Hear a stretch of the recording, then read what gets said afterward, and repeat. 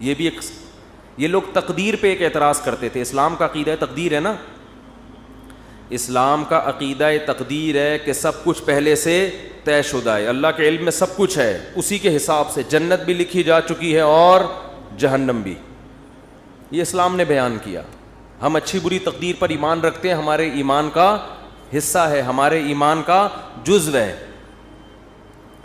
اس پر غیر مسلم کہتے تھے کہ جب سب کچھ پہلے سے ہے تو قرآن کہتا ہے, یہ ابھی بھی کہتے ہیں اور موت کے بعد جب ان کو اللہ عذاب دے گا تو اس وقت بھی کہیں گے کہ اگر اے اللہ تو چاہتا تو ہمیں زبردستی سیدھے راستے پہ بولو لے آ سکتا, اور ہمیں جنت میں جانا ہی نہیں تھا, تو جب جانا ہی جہنم میں تو جا رہے ہیں, تو ہمیں سزا کیوں دے رہا ہے؟ اس میں ہمارا قصور کیا ہے؟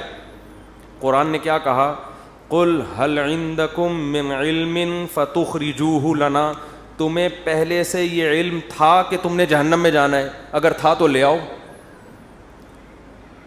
جواب سمجھ میں آیا؟ یہ جواب نہیں, یہ قرآن سوال کر رہا ہے جس کا اب تک جواب, یہ میں اس کو ذرا آسان انداز میں سمجھاتا ہوں. قرآن نے تو آسان میں, لیکن عربی میں ہے نا, تو میں اس کو اردو میں آسان انداز میں سمجھاتا ہوں. بہت سے لوگ تقدیر کے عقیدے کی وجہ سے کہتے ہیں کہ بھائی جب ہماری قسمت میں گناہ لکھا ہوا ہے, قسمت میں ہر چیز لکھی ہوئی ہے, صرف عمر نہیں لکھی ہوئی کتنا زندہ رہنا ہے, ایک ایک پکوڑا آپ کی قسمت میں لکھا ہوا ہے. حقیقت بتا دوں کہ کتنا کھانا ہے کتنا نہیں کھانا, ایک ایک سموسہ لکھا ہوا ہے, کیونکہ اللہ کا علم تو کامل ہے نا, اللہ کو تو سب پتہ ہے کس نے کتنے پکوڑے کھانے ہیں کتنے نہیں کھانے, کس نے معذرت کے ساتھ کتنی شادیاں کرنی ہیں کس نے نہیں کرنی, کس کے کتنے بچے ہوں گے کس کے نہیں ہوں گے, کس کے بیٹے ہوں گے کس کی بیٹیاں ہوں گی, سب کچھ, کون جنت میں جائے گا اور کون جہنم میں جائے گا, کون فلاں موقع پہ گناہ کرے گا کون فلاں موقع پہ نیکی کرے گا, ایک ایک چیز پہلے سے طے شدہ ہے. یہاں لوگ سوال پوچھتے ہیں کہ جب پہلے سے طے شدہ ہے تو ہم تو اسی کے حساب سے گناہ کر رہے ہیں نا, تو ہمیں اس پہ سزا کیوں ملتی ہے؟ سمجھ میں آ رہی ہے بات کہ نہیں آ رہی ہے؟ تو اس کا قرآن کیا کہتا ہے کہ طے شدہ ہے مگر تمہیں پتہ نہیں ہے. تم تو یہ سوچ کے کر رہی ہوتی ہے نا, اپنے پورے اختیار سے, اپنے مکمل اختیار سے ایک جرم تم کر رہے ہوتے ہو.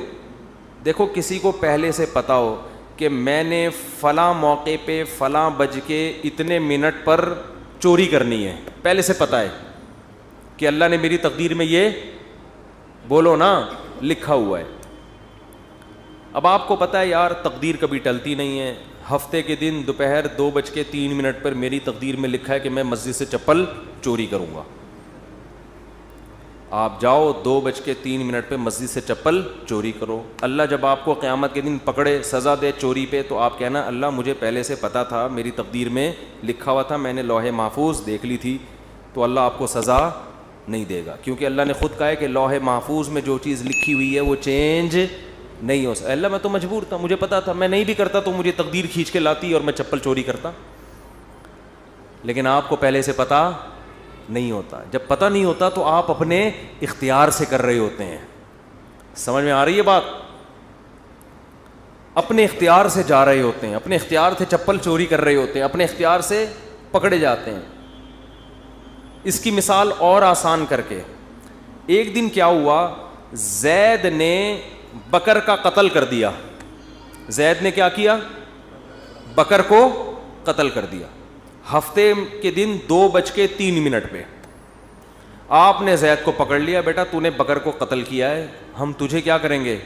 قتل کریں گے سزا کے طور پر. زید کہتا ہے دیکھو بکر کی تو عمر اتنی تھی, بکر نے اس سے زیادہ زندہ نہیں رہنا. ہمیں پتہ ہے ہر آدمی کی عمر پہلے سے طے شدہ ہے, تو زید نے تو اتنے ہی سال زندہ رہنا تھا. حدیث میں آتا ہے ماں کے پیٹ میں جب بچہ ہوتا ہے تو پہلے سے فرشتہ لکھ کے چلا جاتا ہے کتنے عرصے کے لیے زندہ رہے گا یہ. تو اس نے تو ہفتے کے دن 2:03 پہ مرنا تھا, اس سے زیادہ اس نے زندہ نہیں رہنا تھا. بتاؤ سچ کہہ رہا ہوں؟ آپ کہیں گے بھائی بالکل سچ کہہ رہا ہے. لیکن آپ اس بیس پہ زید کو چھوڑ دو گے؟ آپ بولو گے کہ یہ بات اللہ کو پتہ تھی, کسی اللہ کے علاوہ کسی کو پتہ نہیں تھی. تیری نظر میں تو وہ ابھی زندہ رہنے والا تھا, تو نے تو اپنے اختیار سے جا کے اس کو 2:03 پہ قتل. یہ تو قتل کے بعد پتہ چلا ہے کہ اس نے زندہ رہنا تھا, تجھے تھوڑی پتہ تھا. اگر زید کی سمجھ میں یہ دلیل نہ آئے نا اور کہے نہیں نہیں نہیں میں نے تو مارنا ہی تھا, تو آپ زید کو بولے ٹھیک ہے پھر ہم تجھے قتل کرتے ہیں, اور جب تیرے وارثین آ کے پوچھیں کہ کیوں مارا تو ہم کہیں گے اس لیے کہ اس کی عمر اتنی ہی تھی, اس نے اس دن اتنے بج کے اتنے منٹ پہ مرنا ہی تھا. یہ دلیل زید اپنے خلاف کبھی بھی نہیں مانے گا, دوسرے کے خلاف مانے گا. تو اللہ فرماتے ہیں کہ تم جو دلیل اپنے خلاف نہیں مان رہے دوسرے کے خلاف کیسے مان رہے ہو, اور میرے خلاف کیسے مان رہے ہو؟ کیونکہ جب انسان گناہ کرتا ہے تقدیر میں تو لکھا ہوا ہوتا ہے, مگر لکھنے سے پہلے اس کو نہیں پتا ہوتا کہ یہ لکھا ہوا ہے. کرنے سے پہلے وہ اپنے اختیار سے کر رہا ہوتا ہے, اسی پہ اس کو قیامت کے دن سزا ملے گی, اور جب سزا ملے گی تو وہ کہے گا اللہ تو لکھا ہوا تھا. اللہ کہے گا هل عندکم من علم, پہلے سے پتا تھا کہ لکھا ہوا ہے. اور اگر اب بھی کسی کے سمجھ میں نہ آئے تو پھر ہر چیز لکھی ہوئی ہے نا, صرف گناہ تھوڑی, کھانا پینا بھی لکھا ہوا ہے. صبح ناشتہ چھوڑ دو, آپ صبح کا ناشتہ چھوڑ دو. بیگم پراٹھا بنا کے لائی, چائے بنا کے لائی, نہیں کھاؤ. بیگم لکھا ہوا ہوگا تو حلق میں اترے گا.